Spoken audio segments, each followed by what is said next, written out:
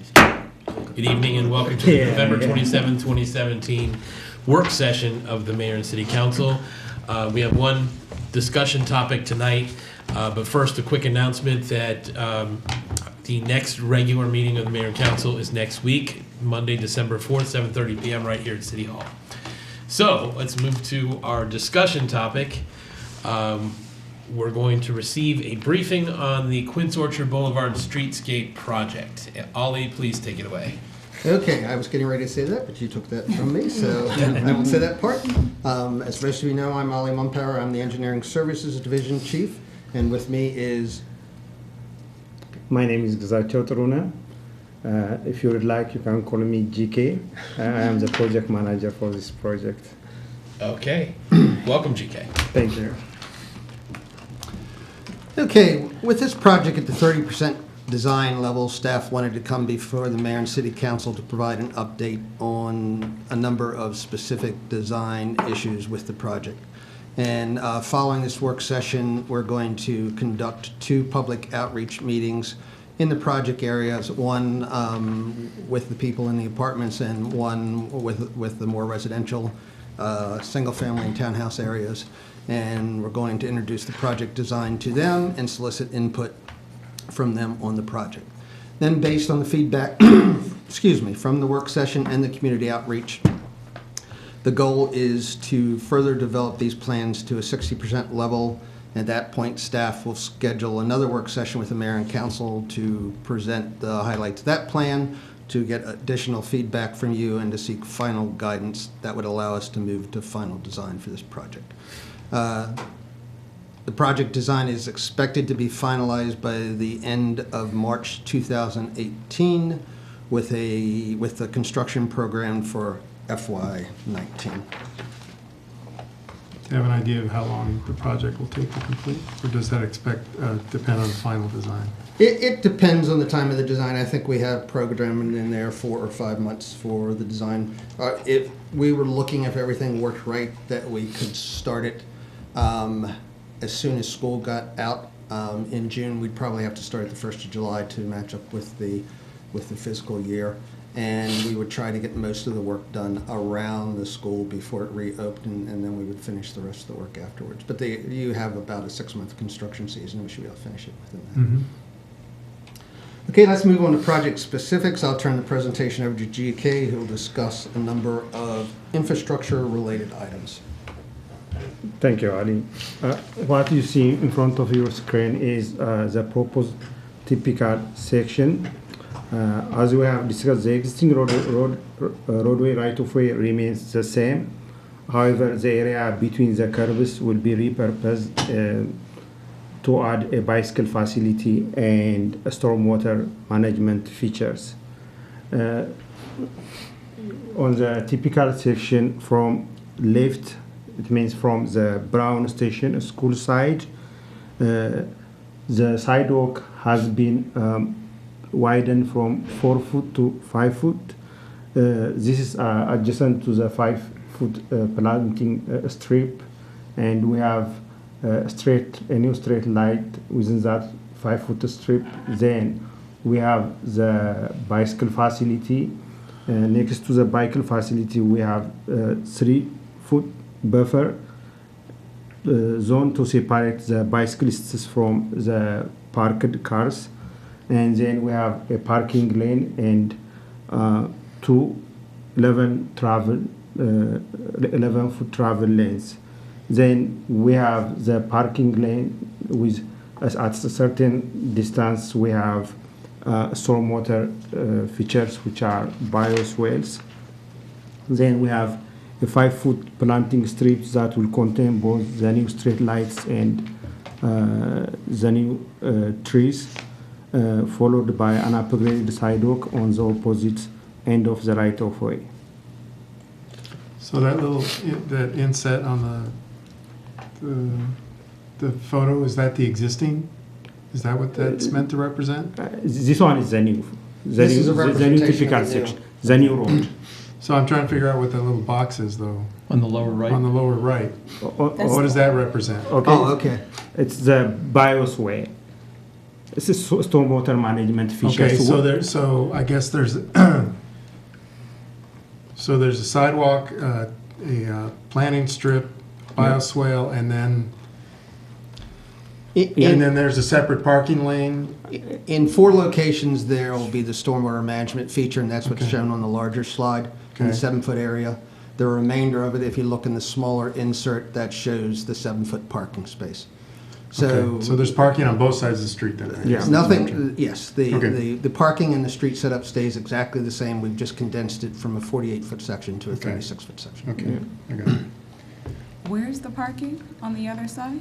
Parking is on both sides of the street on Some these. parts is like this and some parts is Oh, this. Yeah. okay, so this is just the Okay. bump out part Yeah, that mostly you're it's showing. parking lane, but only at certain areas we have the bioswale. Okay, Otherwise, almost the whole, on the other side also on the whole area it's parking. So right now, we have 2 lanes going in each direction, Correct. which is more than the traffic really requires. So we're slimming it down to 1 lane in each direction and adding a bicycle lane and some other features. That's really the core summary, right? That's correct. Yep.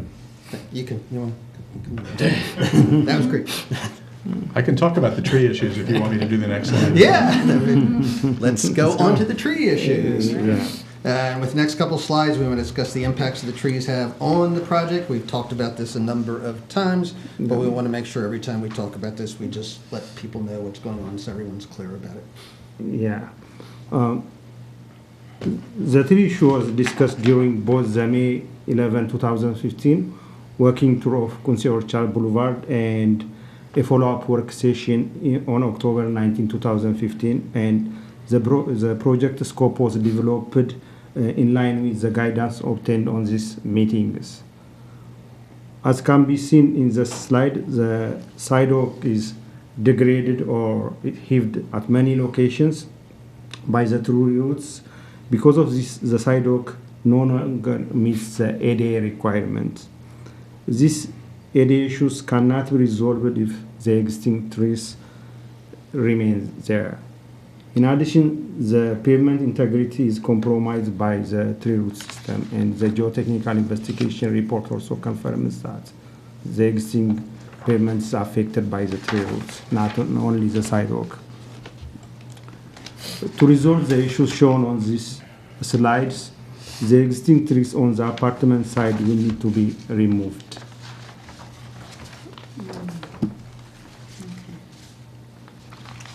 And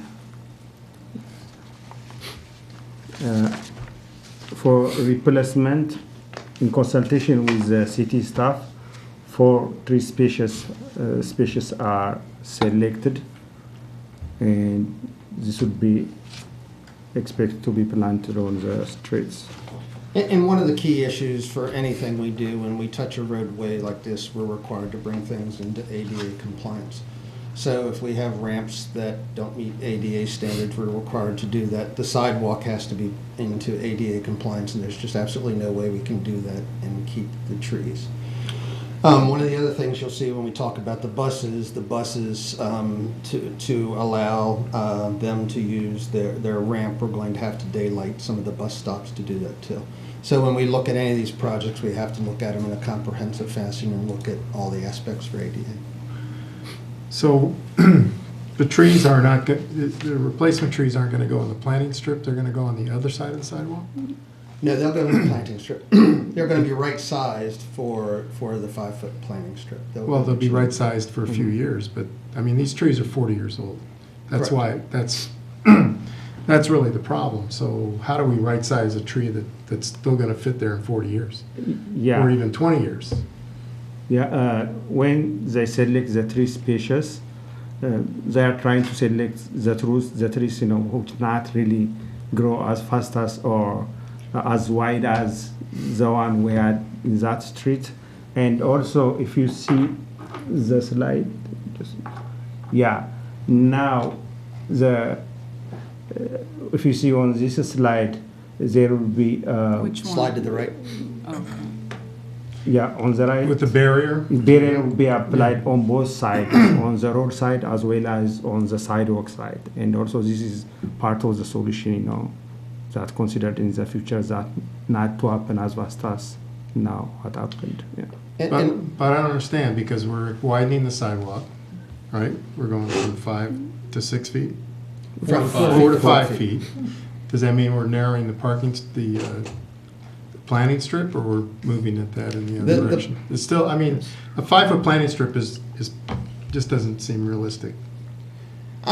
With this I mean, we design. can go back and check with the arborist, but the goal for this was the trees that he selected were supposed to be able to be used in the 5-foot strip. And we can get some more information on that. Well- My sense is the way the roots grow is one of the items so with the barrier and the way the root system grows, they won't impact the sidewalk.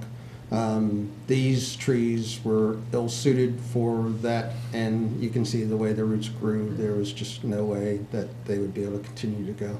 If we tried to prune those on the sidewalk side and prune it on the road side, there'd be no roots left for the trees Right, to stand on. right. So, I mean, we can get back and get you some Well, more information. I think, with the specimen trees that they're showing, or not the specimen trees, the replanted trees, it would be good to see some examples of trees 20-year-old trees growing in the same kind of And we'll be happy to space. do that. I mean, your concern is you don't want the same issue to happen. Yeah, it's gonna happen again. So, I mean, that's fine if we wanna plant trees every 20 years. I think that's, but I don't think that's our plan here. So I think we have to be realistic about We'll follow up where we with go that and there, get you an answer. or would go there. So Okay. I think we'll have more concerns about the loss of the trees from the neighbors than we will about all the other changes that we're looking at on the street. Yeah. I entirely agree with that. Those trees provide tremendous shade. That means there's going to be increased utility costs for some of the apartments closest. Of course, they're all on kind of system-wide utilities, so maybe it doesn't make any difference, but still. Anyway, sorry. That's okay. Okay, we'll move to the next slide, the pavement treatment options. Okay. Yeah. On the screen, we have actually down there it shows the section of the proposed pavement. Pavement course taken and analysis conducted to assess the pavement condition, and traffic studies conducted as needed for pavement design. Option developed for pavement rehabilitation or full reconstruction. Then from the proposed option, we selected patching and repairing of the potholes in isolated areas, then grinding existing pavement 2 inches throughout project limits and overlaying with 5 inches of asphalt. This is the selected option, and it will have functional life of 14 years. But the other option was 2-inch overlay, which per the geotechnical report it will have 8 years design life. So we selected the 14 years one. But in our experience, the functional life could extend above 14 years. And just to see the cost impact with the other option, which is the full reconstruction. The full reconstruction, if it was chosen, it would cost like 300,000 more. And the full reconstruction was not selected not only because of its cost, but also it would potentially conflict with the existing utilities there. There are so many underground utilities there. And also, during construction, if we remove the entire pavement, then traffic management would be a big issue during construction. And so we were in different scenarios, and finally we selected 2-inch removal and then 5-inch overlay, which will have 14 years design life at least. And what we're finding out with similar designs is we're getting a longer useful life out of it than that. This is a treatment that we typically do in the city.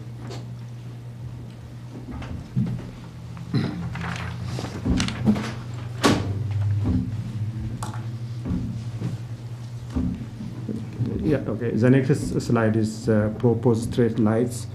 On both sides, the street lights, which are existing high-pressure sodium lights, which are PEPCO street light system, will be replaced by metered system. This is part of this project scope and work. And this would also serve as sort of a pilot program for us for metered light systems. If we go into other streets, we might be looking to do this at the same location. Even though Pepco has modified their rates, we still think it's a disincentive to doing LED lighting through them. And the key is when you do it, you really don't have a way to capture the energy savings, but by going to the metered system, you capture that directly. So that seems to be the most efficient way we can get LED lighting in the city. I think it's a good idea. I think, you know, we basically have about a mile stretch where these lights will be LEDs. Yes. So when it says the light is full cutoff, can you explain more about what that means? Full cutoff is just so it directs it down, and the light does not go upward, it does not go out, it focuses the light as much as possible on the roadway and on the sidewalk itself. These are considered, if you've heard of dark skies, these are considered dark sky compliant lights. And LED lights, I believe, are much easier to provide full cutoff than other style lights.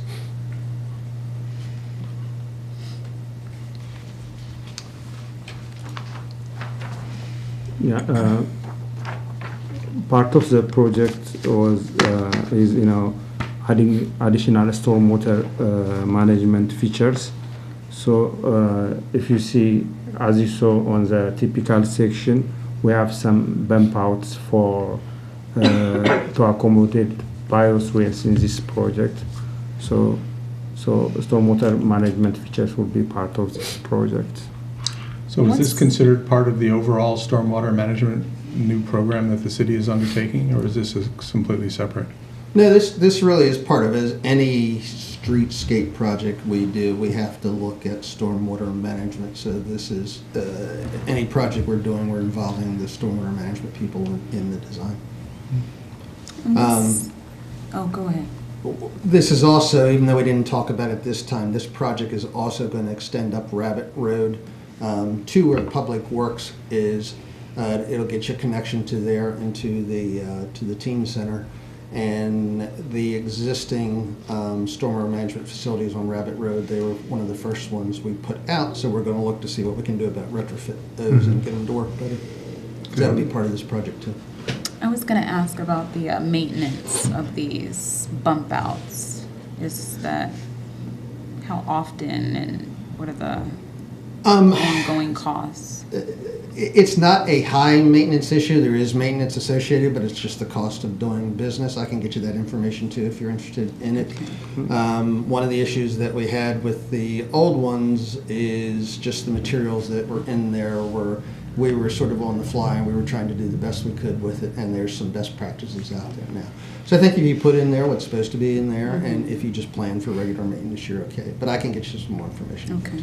Will the features count towards our goals? Pardon me? Will they count towards our goals or requirements? I'm not 100% sure, but I believe so. I will check that out. So And if we renovate the other ones, those will count as well.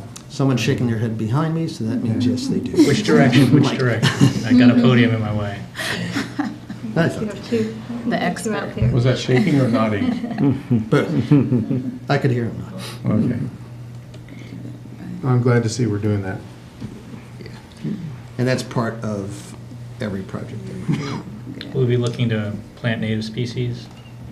I believe so. Yeah, for sure. That's part of it. Part of the Green Streets. Yeah. Yeah. Going to move on to the protected bike lanes. We're going to talk about some project specifics for that. I found this picture. This is the 1904 Transportation Committee that you see on this slide. There was a bicycle committee back then too. Yes, That I think Neil that's in Joe the Allen front? V is in 1904. Oh, that is too funny. Joe's gonna enjoy that when he watches this video. He'll tell me tomorrow at the meeting.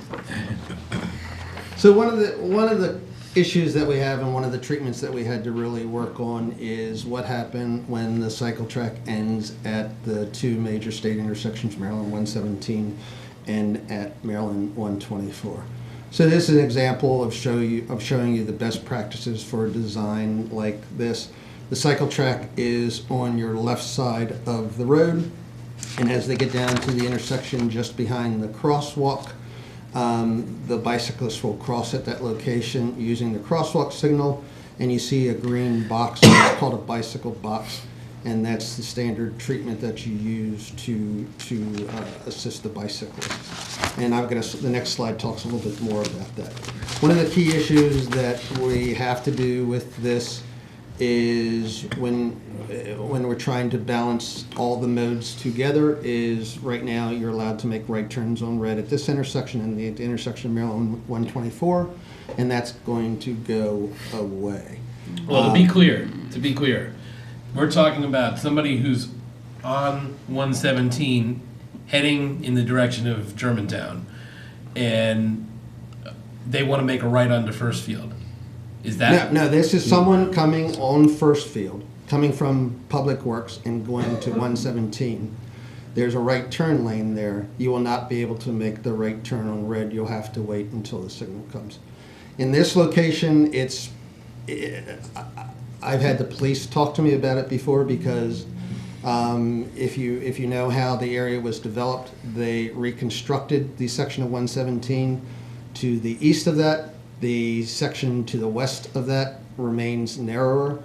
So for someone to be able to make that right turn on red, they have to go over the crosswalk to see. Right. So from a traffic standpoint, it's not going to be as convenient for the motorists, but we've done the traffic analysis and it doesn't degrade the level of service at all. It's just going to be the intersection was designed more for the motor component before, and now they're going to have to share it with the bicyclists. Have they done a separate analysis of other considerations for why a no turn on red would be advisable there? Because knowing this area, I know it well, is you're going from a 2-lane to the west of First Field into a 3-lane, and the right lane actually has the choice to go center or right, and sometimes has to contend with the right turn on red there. So I don't know if a traffic analysis would support an additional reason for why we would want to go to a turn on red other than a bike lane crosswalk. We did not do the analysis, but those points are valid, and I come out of there a couple times a day, and one of the things that you'll see is you'll look to your left, you'll see that the curb lane is open, but what happens, the person in the lane next to him comes across the intersection and then dives into the curb lane on the east side. So you can make a case, if we were not doing any of this, that it might be worthwhile to restrict the right turn on red here. We've had discussions with the police on it before. It's not something that we've done, but with this change, I think it's something that we need to do. So the other issue here at this intersection, or just inside the intersection on First Field, the bus stop on First Field going towards Public Works is right there just after the corner. I'll talk about that in a couple of Okay, slides. you're gonna get to that, okay. Okay.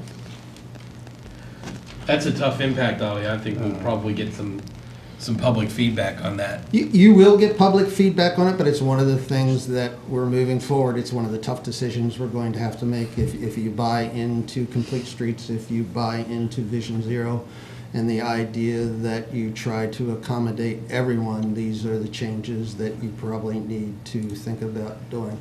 Our option, if we don't do that, is we would have to stop the protected bike lane a block before that at Quince Orchard Boulevard, and then for that last block you would have to run the bicyclists either on the sidewalk or in the road. And just from staff standpoint, we think this is a preferred method. This is what's most likely going to happen in most locations moving forward, and this ends up being, I think, makes it safer for everyone. Well, I'm just concerned about the storyline. The storyline here would be we're ending a very popular right turn on red to allow for a bike lane to cross, where I think the alternate storyline is also it's a dangerous intersection for cars to be turning right onto anyway. So that's why I was suggesting having some kind of traffic analysis looking at that aspect of it, because I think at the end of the day you're going to come up with the conclusion that it's safer to preclude cars from turning right on red there because of the downhill traffic. I mean, we already have a traffic camera there, which I would guess is to keep traffic moving, to slow them down as they're coming down the hill into this intersection. I know personally that I've had to confront the decision of if I'm going to make a right, I have to watch out for that right turn on red because he's going to try to cut me off. So, Ollie, I'm trying to understand the traffic pattern, so I'm just trying to picture the road. So we have a protected bike lane on the left-hand side of First Field, of Quince Orchard Boulevard. What happens when you come to First Field? What does that bike lane do? On Quince Orchard, You're going from Quince Orchard Boulevard. To and First Field? There's a T intersection at First Field. okay. It does not go to that intersection at all. There's the generous curve that if you're coming inbound from First Field to go to Quince Orchard Boulevard, that's very wide, and what the protected bike lane does, it takes up a portion of that left turn. So it's on the school side, it stays on the school side basically from this intersection all the way down. So as you're coming in from First Field, you can continue straight on First Field or go to your generous curve and make a right onto Quince Orchard Boulevard.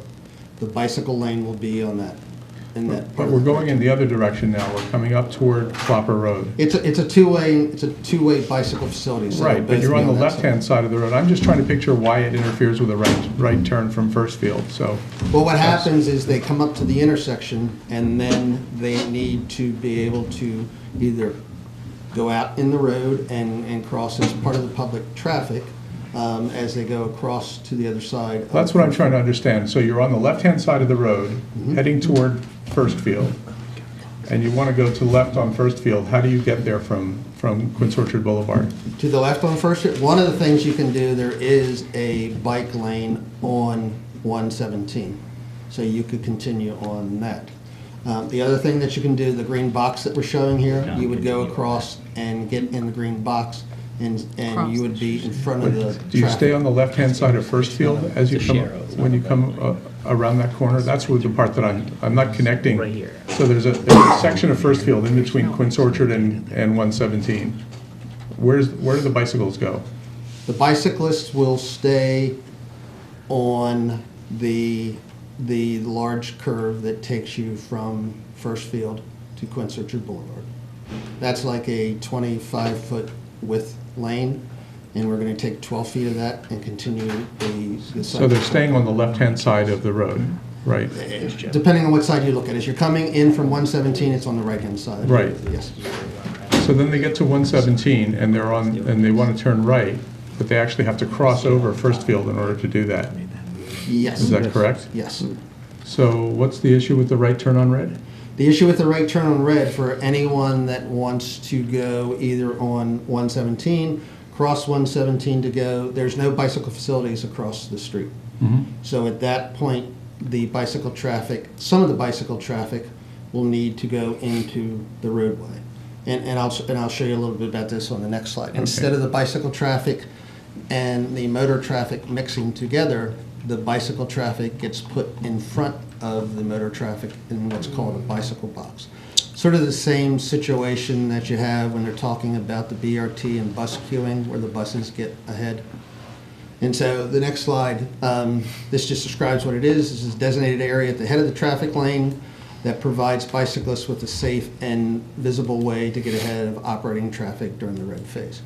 If you wanted to go east or west on 117 and you wanted to stay on the multi-use path, you could do that. You could continue to do that. But this is for people that want to either get out on 117, which I'm not sure how likely it is, or more likely to cross over to First Field. Do you have any live shots of a bike box? And what We that can, would- yeah, we can get you. Okay, good. It's not just the green street, it's actual It's green signage. pavement markings, and much like when we did, and I'm not sure if this is a good example, but when we first did roundabouts around here, people had a lot of questions with them just because they weren't used to them. Exactly. And for us, in Gaithersburg, we haven't done these, so we Yeah. haven't seen a lot of these. In a place like DC, in more urban areas, this is the gold The treatment norm. on how you treat them. So it's something that you're going to see more of. We haven't seen a lot of them to begin with, and it's going to take some educational outreach to let Yes, people yeah, know that's what it is. what's gonna be my next question. Okay. There's two sort of standards that are used for protected bike lanes, and one is the federal guidelines, and another one is something that Tool did for Massachusetts, and both of those are considered the gold standard, and both of those recommend using this. So the bike box increases the visibility of cyclists, reduces the signal delay. It groups the cyclists together to clear the intersection quickly if you have a lot of cyclists, and it also benefits the pedestrians from reduced vehicular encroachment into the crosswalk. Without the right turn on red, with a bicycle box there, the motorist should be staying behind both of those, so that gives you an extra level of protection for the pedestrians. So that right turn also has a green arrow as well. Is that going to change? That will not change. That will be a signal. That will be a signal phase that you'll be allowed to use. So I mean, that's something we can talk to. That's something we probably need to talk to about, is how it operates. Yeah. Okay. We'll get that information for you too. Okay. Good questions. And we talked to both Montgomery County and the state about that, and we asked them if there need to be any signal modifications to the signal, but I will confirm that. Ollie, do you have any numbers about bike ridership in this area? We do not. There's not a lot of bike ridership in this, and this is and once again, I'm not sure this is a good example, but this is almost like a Fields of Dreams idea. And the idea is you're not building protected bike lanes necessarily because of a certain demand. What you're looking at nowadays is you're trying to attract a certain audience, and the audience is the interested but not sure if they want to ride on these. And the idea is to provide them a protected facility so they feel comfortable about doing that. There's been some studies, and I believe they're saying there's up to 40 or 50% of, when they talk to people, that group is about 50% of the population. So this is not something where you go out and look and you see a high demand for bicyclists and you build it. This is something that you look at the surrounding area. You have a lot of residential areas, you have the teen center, you have the school, you have the parks, you have the skate park. There's a lot of activity in the area, and the idea is if you build and it's considered a low-stress network, then the people will use it. It's interesting because if you Google map, if you Google and look at the right one, you see a bicyclist on Prince Richard Boulevard. So there's at least one at the And this is moving forward. We're going to come back to you with the road code, and you're going to see these as a design standard for certain levels of roads. When you're talking about trying to get all the users, get the pedestrians, get the bicyclists, and to get the motorists, you're going to want to look and see a low-stress network for all. And the best way you can do that is to separate them all into different facilities. Okay. Thank you. So just piggybacking on top of that, so essentially, you're not trying to meet existing demand, you're trying to increase supply and see if demand will then catch up. Yes. What if it doesn't? 10 years down the road, the trees are starting to mature, and there's still very little bicycle traffic there. Is there an undo? The experiment failed and we move on, or what do you think happens at that point? There's not. I think it's something we'd have to talk about. It's not an easy undo because you see there's going to be some channelization modifications that we're going to make. I think that sort of decision would come up 20 years from now when it was time to do some major resurfacing, reconstruction on the road. At that point, you would make a determination, do I want to put it back to the way it was, or do we want to keep on going? We'll have 20 years worth of experience for something like this. It is an interesting philosophy because it's the idea is you're not looking for demand, you're trying to provide people the ability to use it with the idea that you're going to increase ridership by providing low. So, Ollie, given that this is sort of a forward-looking progressive type step that we would be taking here, is there any alternative in which we can sort of mitigate some of the immediate impacts? For example, this plan precludes right turns on red at First Field and Clopper, and Quince Orchard Boulevard onto Quince Orchard Road, right? Those are big impacts. But the reason for the impact is because we have this terminus of the bike lanes, and it has to terminate somewhere, and so it's terminating at those intersections. However, beyond those intersections, we don't currently have a trail for them to connect with. So those are actually it's actually a terminus on each side for what will be our existing bike lanes. Let me get to the point. Is it possible that we can, until we have something for them to connect with, that we can get them onto the sidewalk instead of continuing the bike lane all the way to the traffic light intersection until we have something on the other side for them to connect with? At which point then we can make the change and have the no turn on red. Well, there's already a multi-use path on Clopper going. There is a going multi, in- there is a on that multi-use side of the path. street, I so, mean, here's but- the, Well, wait, I want to hear from Ollie. yeah, Go here's the ahead. long-range vision of this. On the Clopper side, there is a multi-use path you can use, and ultimately that would connect into Watkins Mill Road. What we're thinking about also is on Pheasant Run and continuing on Rabbit Road is we're looking at maybe some point in the future coming back to you and continuing this facility. So that would link up those from both sides of the Watkins Mill interchange to 117, to Pheasant Run, and to Quince Orchard. On the other side, we have 70% of the, you can call it the NIST Beltway that's constructed, and we're currently working with the state to get the other piece built. We've done that for a long time, but we're working with them, and the idea is that should be built fairly soon. At that point, you will have a connection that takes you on 124, takes you across 117, takes you down Muddy Branch Road, and takes you to Great Seneca Highway. Well, can we make that connection on a multi-use path as opposed to actually on the roadway there? So that we can mitigate, you understand what I'm getting at. I want to have the bike lanes, and I don't want to have the no turn on red. So how can we get there? Well, but let me finish this, because on East, if a bicyclist wants to go eastbound on Clopper towards Old Town or towards NIST, they're going to use that multi-use path, so they're still going to have to cross that street. They're going to still have to cross First Field at that point to get on the multi-use path so they can go east, whether they're going to NIST or Old Town or they're connecting to the NIST Beltway, whatever you want to call it.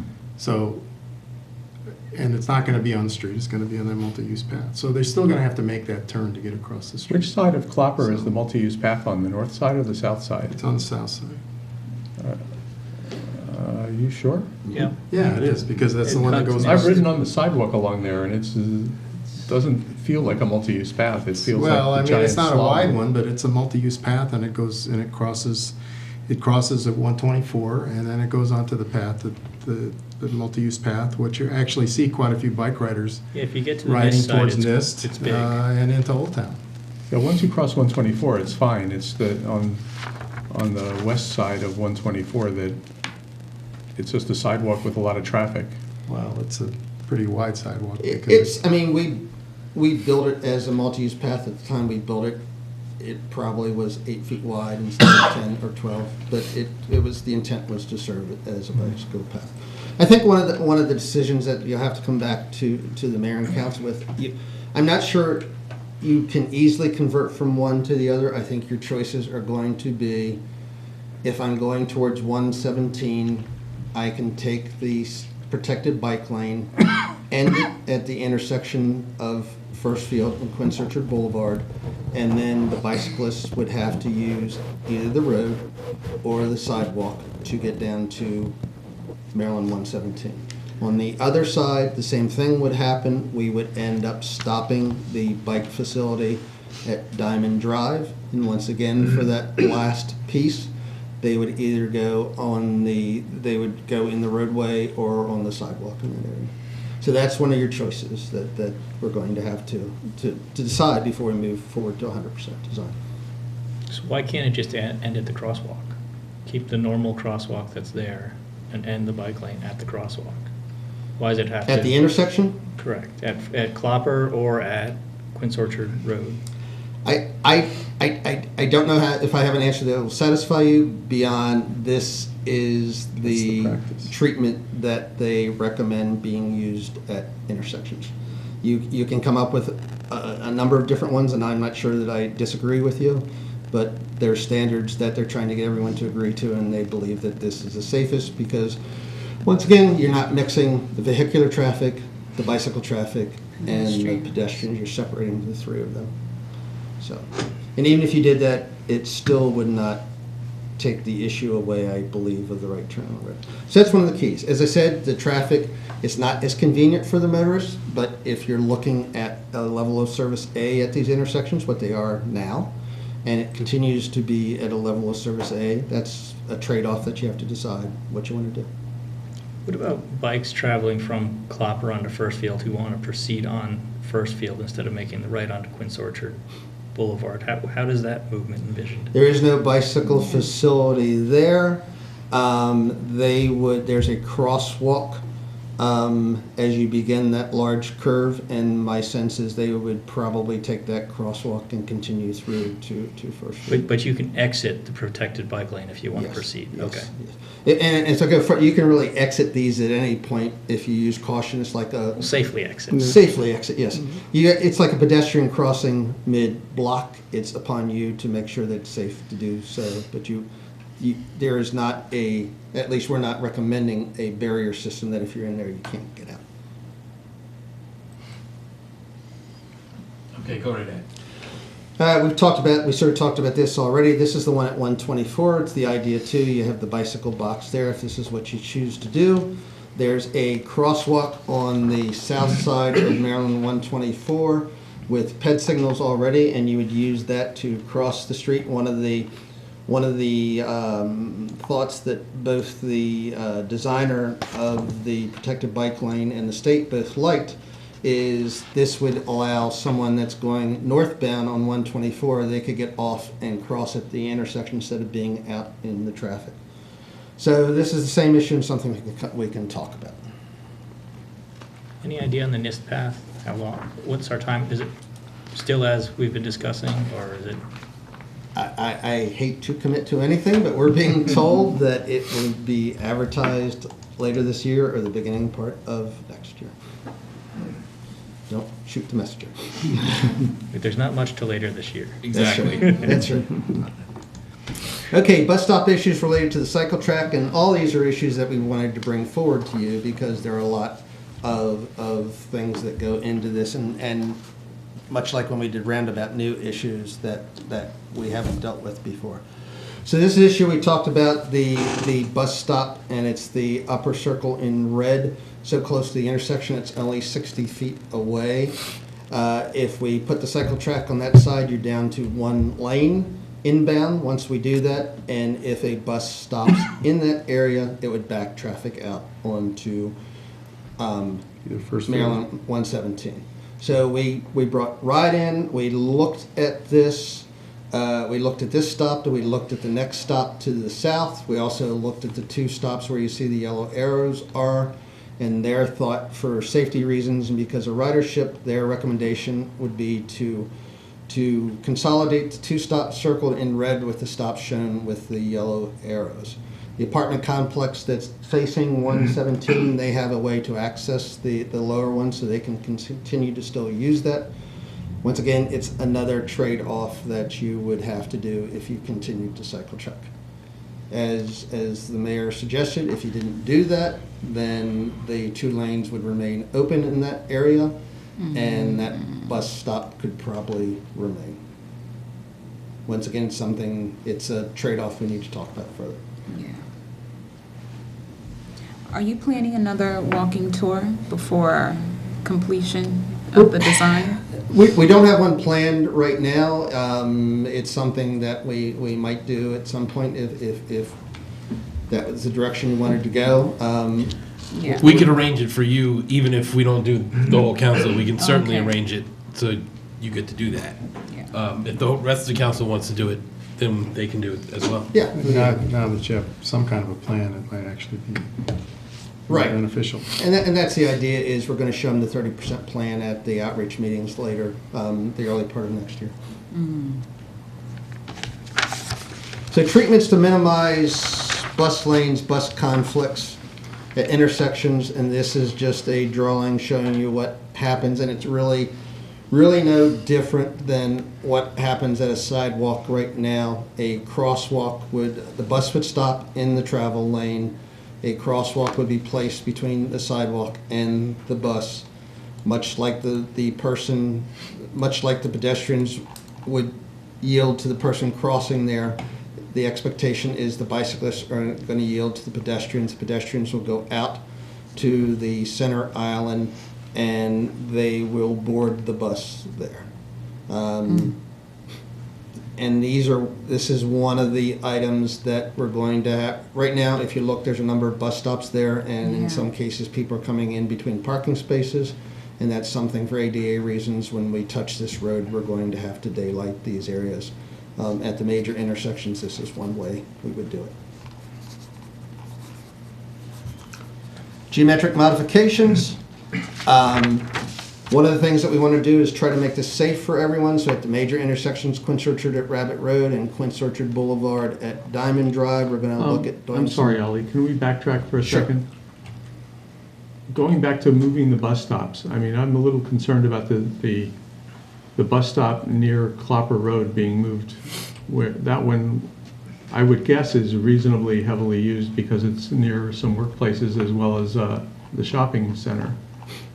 Why don't we do the same treatment that you show on the next slide at the current locations rather than move the bus stop? So is there a reason why that wouldn't be practical? If we did that and the bus stops in the travel lane, it's too close to the intersection of 117 and it'll cause the traffic to back up. We talked to Ride On to see if there was a location somewhere between that stop and the stop in yellow where they would feel more comfortable about moving the stop. And quite frankly, their response was because of the curve there, they would feel the most comfortable by using the two stops shown in the yellow areas. We were open to doing almost anything they wanted us to do within reason. We just did not want traffic to back up onto 117. Well, I understand that, it's just that it really is move those stops a fair distance.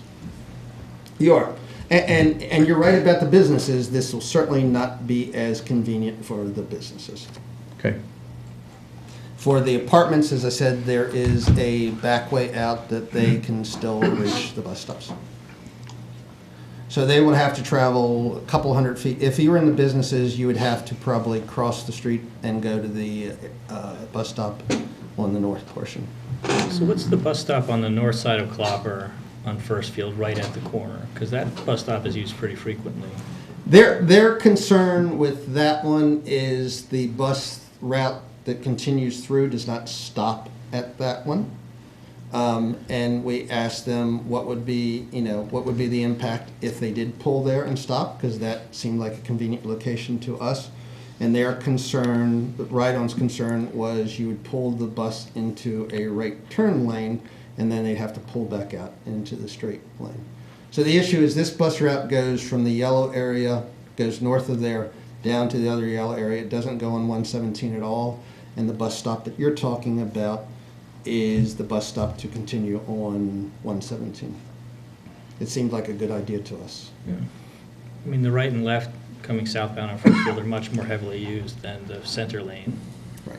And it's something, I mean, if it comes down to giving them the choice that is that something they could live with, we need to go back and approach them with that.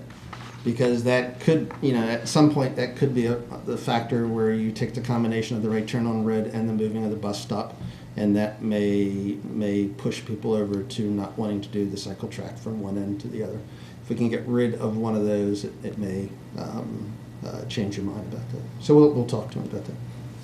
And also, they check the ridership and they say, it would be preferable to consolidate the bus stop. It was like. Well, there's already a bus 34, stop there. It's not consolidating. And it doesn't look like they're going to be deleting the one on the north side of Clopper. Just the ride on there goes right. It goes Yeah. from Clopper towards Germantown. Yeah, I think it's like the 76 or something. yeah, it remains intact there. Yeah. They are not removing. That one is bus number 61. Yeah, this one is 56, so they are different bus. That's the north side is turning to the right, and it's only right third lane. Yeah. I mean, what I was asking, could you consolidate the bus stop to then make the other route going straight through, even though, yes, it is taking a right turn lane, but yeah, we can just, We can ask them, I mean, Yeah. it's, just options. I don't disagree that Yeah. my preference would be to have a bus stop near that intersection. So it's something we can approach them about. It does not appear to be a good idea to have it on the south side of the intersection. Well, at this point, we probably have more bus riders than bike commuters, and you don't want to create a burden for the bus commuters that affects ridership. So that's my concern about moving these stops. And you have passed the law so people are allowed to ride on sidewalks now. Right. So you'd be asking them to ride on the sidewalk for a block. All right, go right ahead. Geometric modifications, one of the things that we're talking about, this is at the intersection of Rabbit and Prince Richard Boulevard. We don't want the people in the cycle track going directly across the intersection. We want to do some traffic calming for them, and we want to use the channelization to turn them and slow them down. So the idea that channelization minimizes the vehicular turning speed, it minimizes the bicycle speed, and the idea also on this would be to provide some additional channelization so that the bicyclist, as it approaches the intersection, can be easily seen.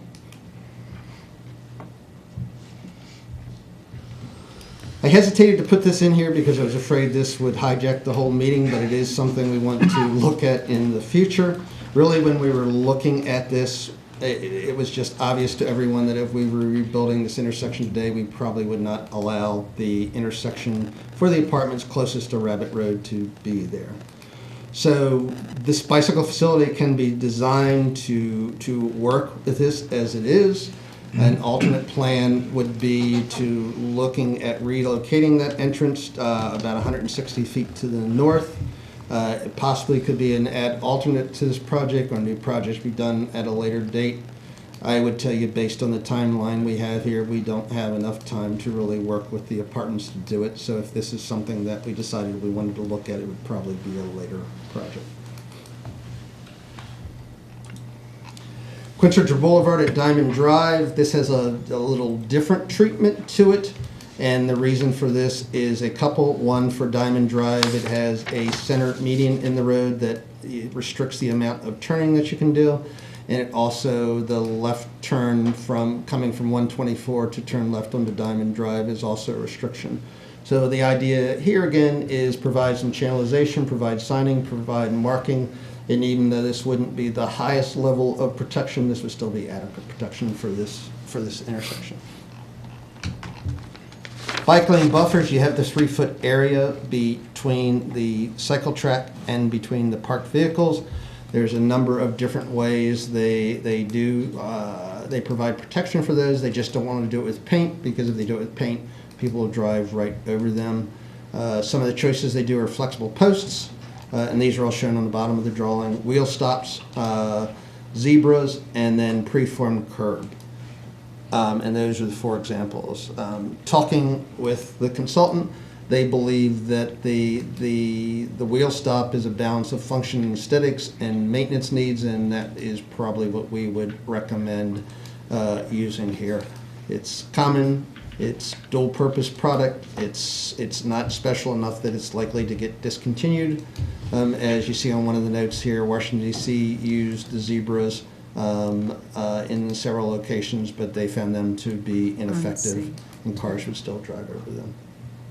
And the flex posts, I see the counties use them in a lot of areas. The county has used those. What happens is when you do snow, you either have to go in there generally before the snow removal and take them up, and that provides less protection during the winter months, or else you leave them there and then they send people out to comb through the snow piles to find the flex posts because they end up getting hit. So I think that was, if you consider the flex post to be version 1 of what they thought would be the protection, that's probably what they used. And if you're doing a test track, or if you're doing something at a lower cost, that's certainly a proven method to do it. I believe that they think the wheel stops will probably give you better protection. So this is leading to the question I had about snow removal. How do we? So we're still going to clear the streets. The width of that lane is the width of a plow. With the wheel stops, then the plow will go basically as close to the wheel stops as they can. And will we run a trackless or a tractor into the bike lanes to clear those, or will we just leave the snow piled up on the bike lanes? We would plow that. Okay. The idea is, and I think we could even get depending on the amount of snow that you have, you could get a pickup truck in there to plow. My sense is what you would do, you'd plow the road first, you'd push the snow road to the right, and then much like you do with sidewalks, after you had cleared the road, the guys would go, and as part of their cleanup facilities, they would go in here and push the snow off of the cycle track. Okay. So we've shown this to our maintenance people. They believe that this is a doable plan. One of the issues, it's interesting because you talk about one-way cycle tracks or two-way cycle tracks. If you got enough room to do on each side, one way is probably the best way to do it, but most roads aren't wide enough to do that. If you do that, you only have a 5-foot facility, and that makes it real difficult to remove the snow on that. You have to go with a trackless or some other type of vehicle. So this is sized in the right way that we can provide snow removal for it. What's the ongoing maintenance cost for the physical barriers? I will have to find that out for you because I don't know what it is. We can certainly contact DC to see the issues they've had with those. The flex posts I know get totaled a lot. They're also pretty inexpensive to do that, but it's something we can check with DC about. And the wheel stop are hard rubber or something? Or Yes, I believe plastic, they are. and then they're staked in? They are, yes. You much like we do with the flex post, you put stakes in there. If you wanted to bring them up, you could bring them up.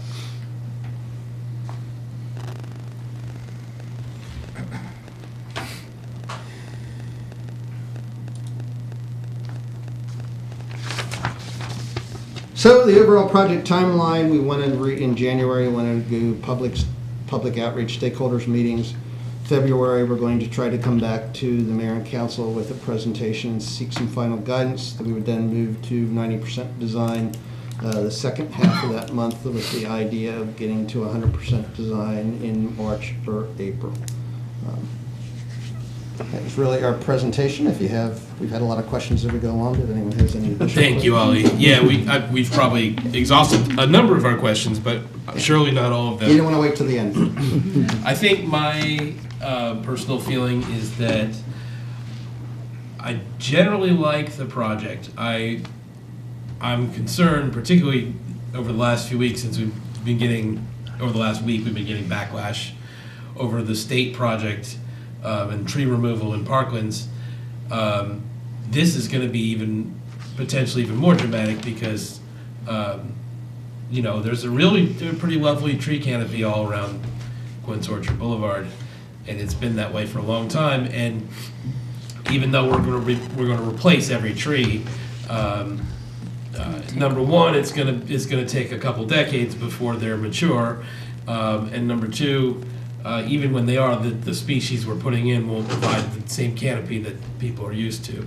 So that's going to be an impact, and it's something the council should weigh, because we'll definitely hear about it. On the other hand, we see that these trees and the root systems are really wreaking havoc on the sidewalks and on the roads. Those are difficult trees to have there, so I can see that. But I like the idea. I certainly like the idea of bike lanes and making this sort of our pilot project for a complete street. in Gaithersburg. But I think until we have our full sort of system, a fuller system, I'd like to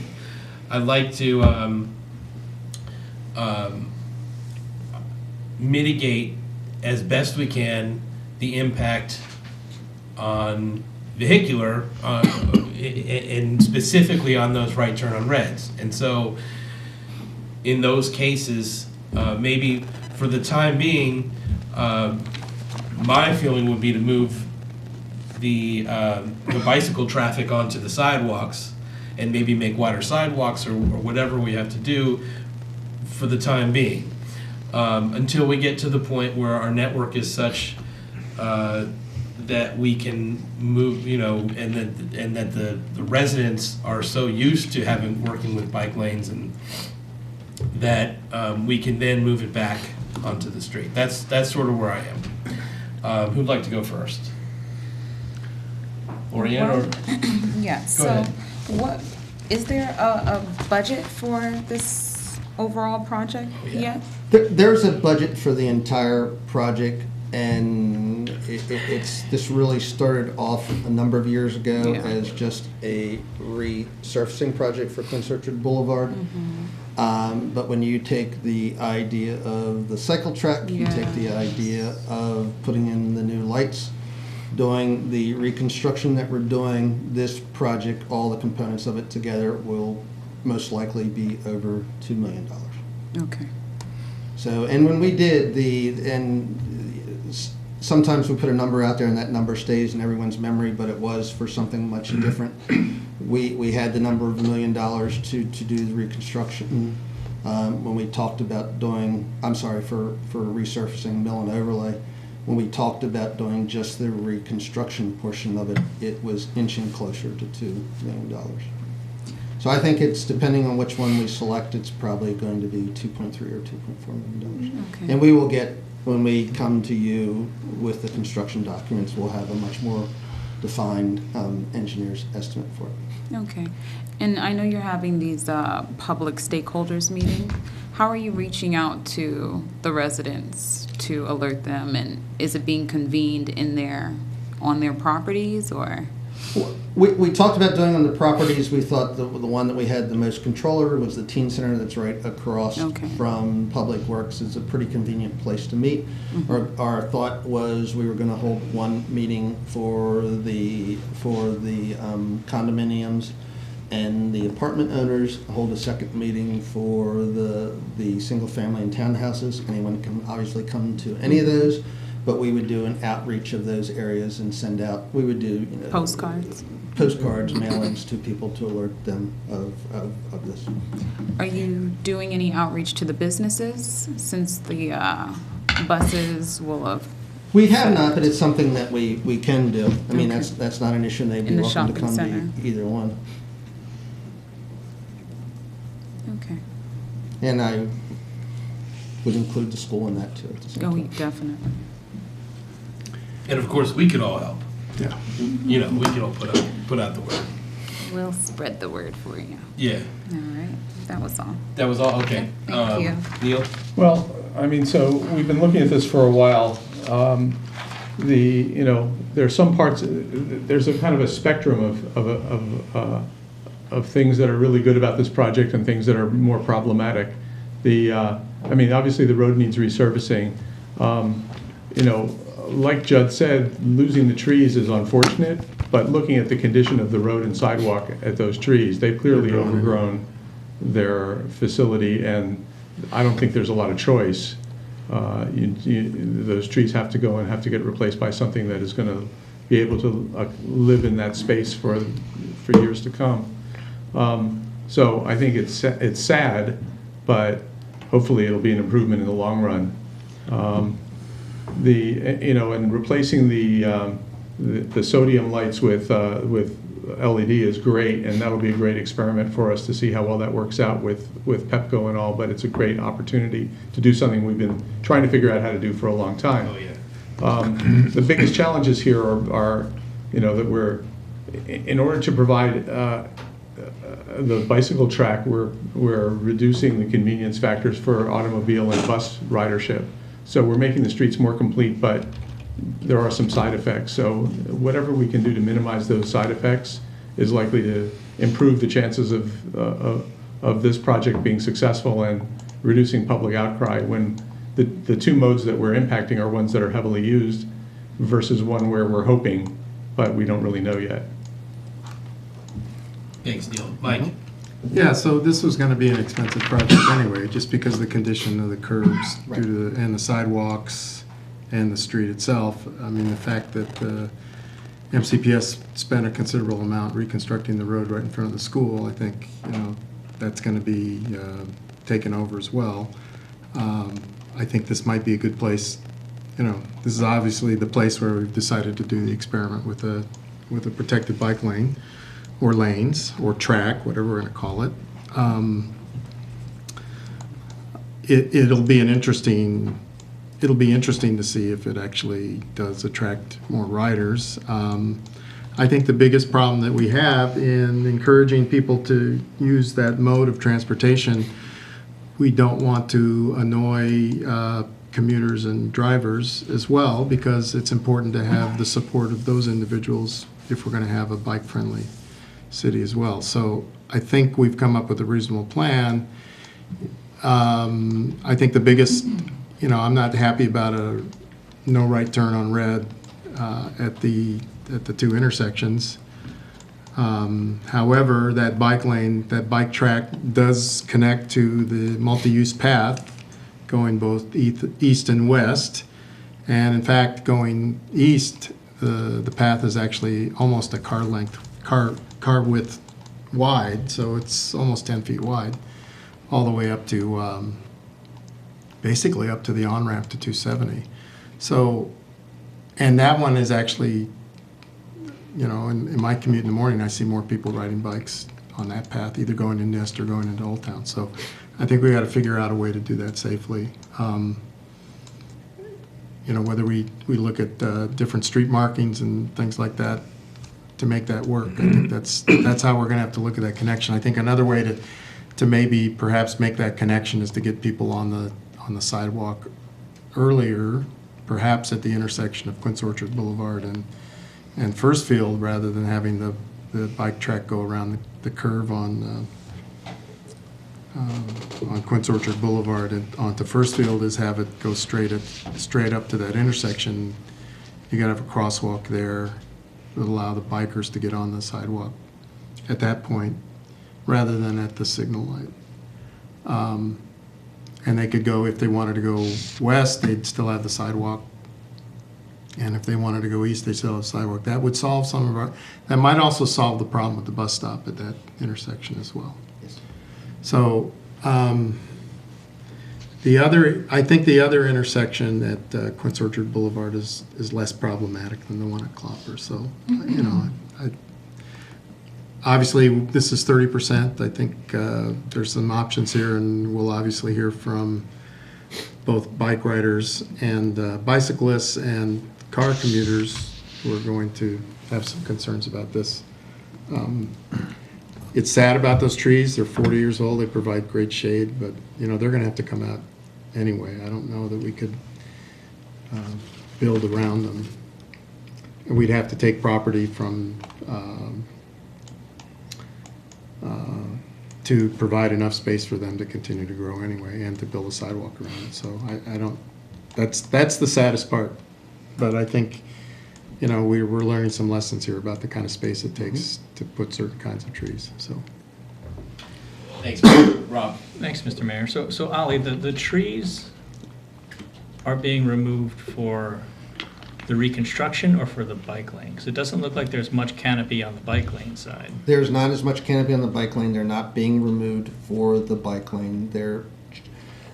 All of them are being removed. Or let me take a step back. We continue almost every year to take down a couple of trees each year. The ultimate goal is, not goal is the wrong word, the ultimate plan is for us to be able to fix the road and to make the sidewalk ADA compliant. There's just no way we can do that without removing all the trees.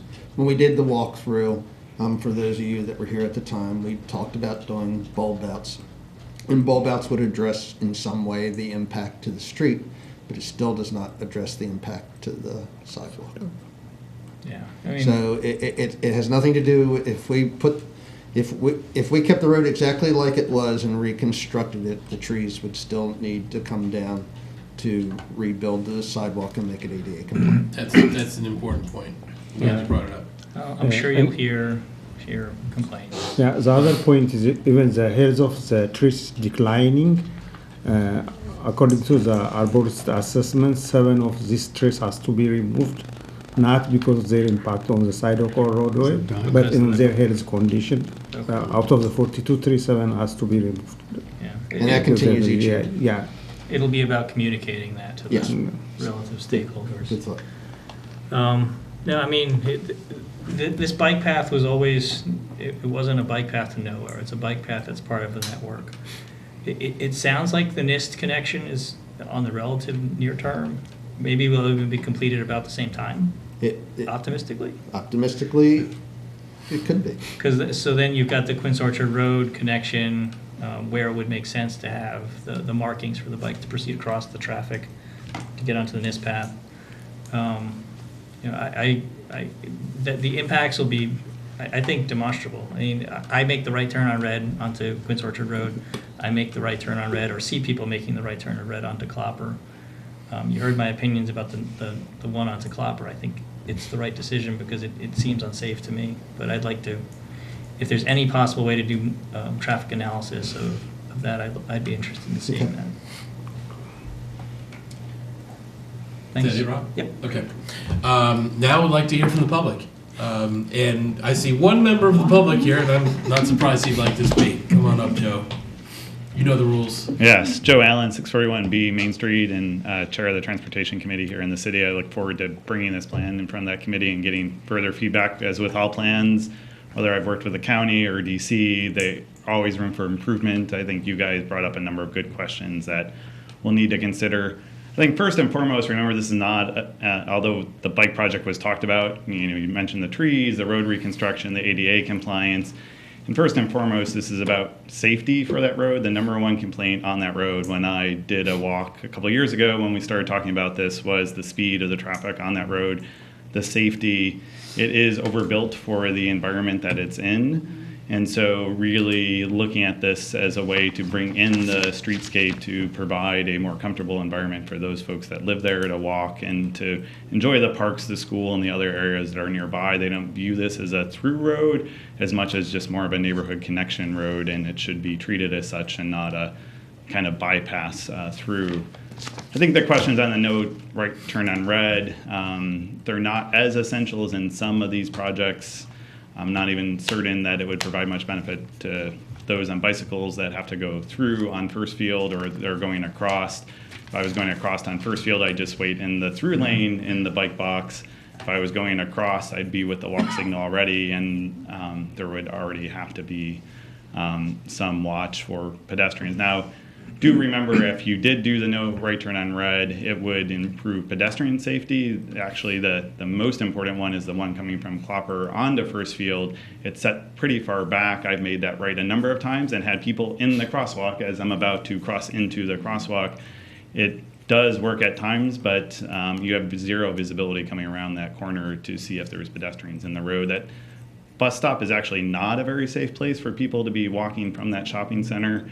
If we could provide a connection at First Field and Quince Orchard Boulevard where the shopping center actually has a connection and walk through, it would be safer both for the pedestrians coming from that shopping center. A lot of folks are carrying groceries. They don't want to go all the way around LA Fitness, down and across with a blind corner there where people are crossing. So I think there are some places to improve the design here. But remember, I think first and foremost, we're talking about safety, and these light cycles are no more than 2.5 minutes long for most parts. So what we're talking about is a delay of 2.5 minutes for potentially not having somebody caught into a crosswalk in those cases. The rest of the road, as far as the network and the connection, I think that's also important. We don't want to drop it before we actually get to the connections where people want to go. The weakest point is if you're putting people in a 5-foot sidewalk next to a bus stop with pedestrian traffic, trying to navigate to Clopper or to the other connection. I don't think that's going to make for a strong connection to the other shared use paths, and we want to make those connections. Thank you, Joe. I had a You want to ask Joe a question? Yes. Go ahead. So I know that your goal is to have a contiguous bike path around the city. How does this fit into that overall vision? This is a key link in between the areas that we talked about, Clopper and Quince Orchard, but also coming from Kevlin's Lakelands, going across to Parklands and those areas. This is the natural connection where you would seek out and make the connection.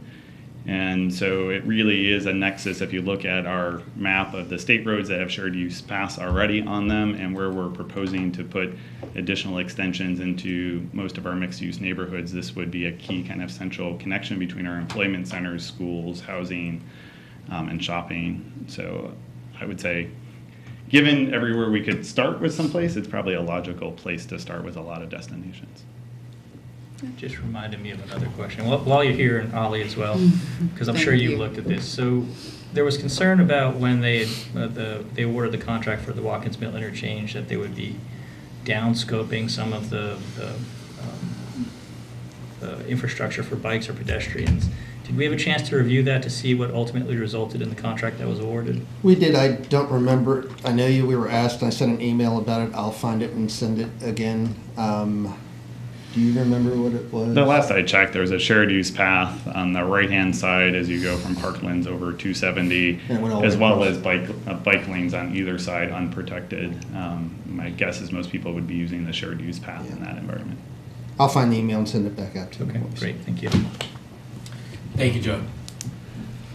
Joe, of course, brings up a very good point about the pedestrian safety in that intersection. It's a difficult intersection. We've known for a long time that the geometry is all off there.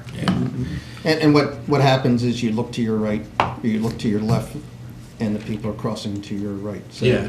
you start to make that turn, then Yeah. that happens a lot of places. Yeah, but- well, that's the right turn onto Clopper. He's Right. also talking about from Clopper onto Quince Orchard Right. Boulevard.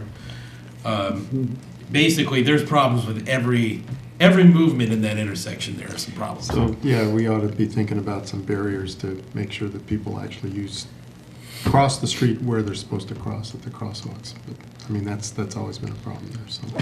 So, Ollie, do you feel guided? Yes. Okay. That's the most important thing here. All right. Well, then, do we have, Tony, anything from any other staff on this or on any other topic? No. No? Okay. As long as we're talking about transportation-related things, at the roadshow, we brought up a number of issues, including the one that you and I, Ollie, and the Transportation Committee have talked about on Clopper related to the Watkins Mill interchange, as well as the traffic that's been pointed out near Quince Orchard High School. Has there been any ongoing communication with State Highway about those, or are they coming out to take a look? Have we heard anything? I've not heard anything back about the Watkins Mill. I know when the school started up again in Montgomery County, and I believe it was Montgomery County was out there looking at that, and the gentleman that started the initial email, I can find that too and send it to you. I believe he was pretty happy with what was happening. So there are two different issues. I believe it's a county road to the south of 28 there, and they were looking at that. The Watkins Mill, I've not heard anything back from. I know we have some meetings that we'll be trying to schedule, because in reality, we're supposed to turn over our section of Watkins Mill Road to the county as part of that project before the bridge goes live, in essence. So we will have upcoming meetings. We haven't had any scheduled at this point. We have brought it up to them on numerous occasions, but haven't received a very forward-thinking response. Yeah, at the roadshow, they didn't really quite seem to even get where the issue was. They were still focused on Watkins Mill Road as opposed to the Clopper and the other connectors. When staff believes it's appropriate to go through political channels for this, then we'll we're all ready to help. So just let us know. And have we heard anything back about the Route 28 issue near QO as well?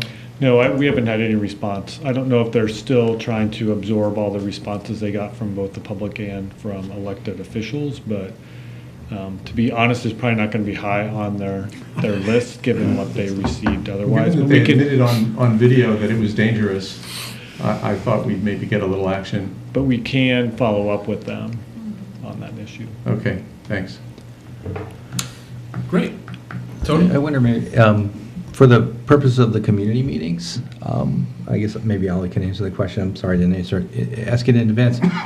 The community members that show up, I mean, are they going to voice their opinion about just having a bike lane and not having a bike lane, or will they be giving the option, you know, we've got 12 feet in play here, to have wider planting strips to give the new trees, you know, a little bit more of a fighting chance?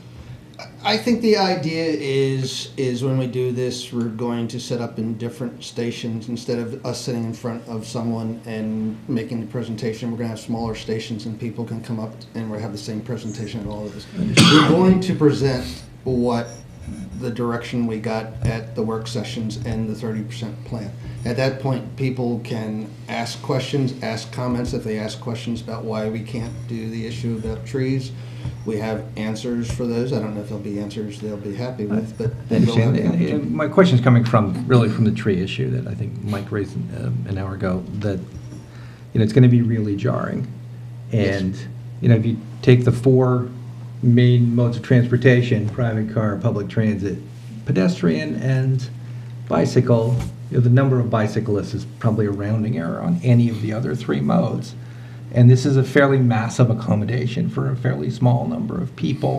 And I just want to make sure that, you know, are we enabled to, you know, to tell the community that, you know, that it's a possibility that we could widen these planting strips, you know, and make the now legal movement of bicycle traffic on the sidewalks an option, or whether we're just going to put you'd this have to one on. you'd have to widen the sidewalks as well. You would. In this area, for the entire length of Quince Orchard Boulevard. You would, have to widen didn't the say it was sidewalks. practical. I'm just saying we've learned a lot since we started this Yes. project, and one of the things we've learned just in the last few months is the emotional energy behind trees. And if they knew that that was an option, you know, that's an option that may be popular. I don't know. But I really don't know anything so about it. I think the option that we can save the trees is one that we have to disabuse everybody of, because we can't. These trees are Agreed. They've reached the end of their It's the useful five. life. It's the 5 feet for the new trees. Yeah, I but think that you brought up. I'm very concerned about the planting strips. We know from everywhere else in the city where we have 6-foot planting strips, it's 6 foot. 6 feet isn't enough. So, you know, and we have planting strips that are 10 feet. If you look at Solitaire Court, and you look at the trees along Solitaire Court, where we have almost an 8-foot strip, the sidewalks are already coming up and you got damage in the street as well. So maybe the root barriers will make a difference, but I think the biggest problem is the fact that, you know, trees grow. And if they don't have enough space, they're going to make their own space, and that's what we have here. Understood. So, you know, this is the only place where we're going to have this problem. It's going to, I can see it coming in Kentlands already. We've already talked about tree problems there. So, you know, that's what we have to explain to people, is that these trees are got to, you know, we can't do anything to save them. My personal opinion is Understood. I'd like to hear from the public on all options. That was, just make sure that staff was enabled to do that. That's all. Thank you. In That's just that me case, personally. we probably should do it sooner than later. You don't want to go too far in design and discover that the public has opted for something different, right? And that's our goal. We're at 30%. We're going to come back to you before, I mean, we're developing 60% now, but the idea is we need to modify things we can. We're not going to go past 60% until we have a defined plan. That's why we want to do the outreach and come back to you. We'll let you know what we hear from the public. We'll give you our recommendations. We'll seek additional guidance from you that allows us to move from 60 to 100. Sounds good. All right. Thank you, guys. Keep us posted on the dates of the meetings. Okay? Thank you. Thank you. Thanks. Thank you. So, as I mentioned before, next regular meeting of the Mayor and Council is next week, December 4th.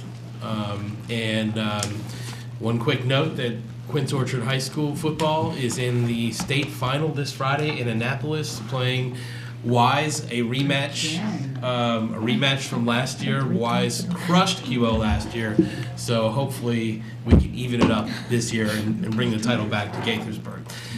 In any event, hope everyone can get out there and support them. I will certainly be out there. Until next time, let's do great things, Gaithersburg. We are adjourned.